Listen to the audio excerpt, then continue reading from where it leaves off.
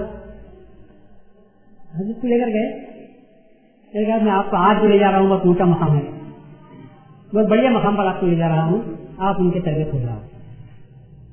بندے میں راضی ہوئے. آپ امام ملک بخند رضی اللہ تعالیٰ عنہ آپ کو لے کر گئے. انہوں نے پوچھا کس غرض سے آئے ہو؟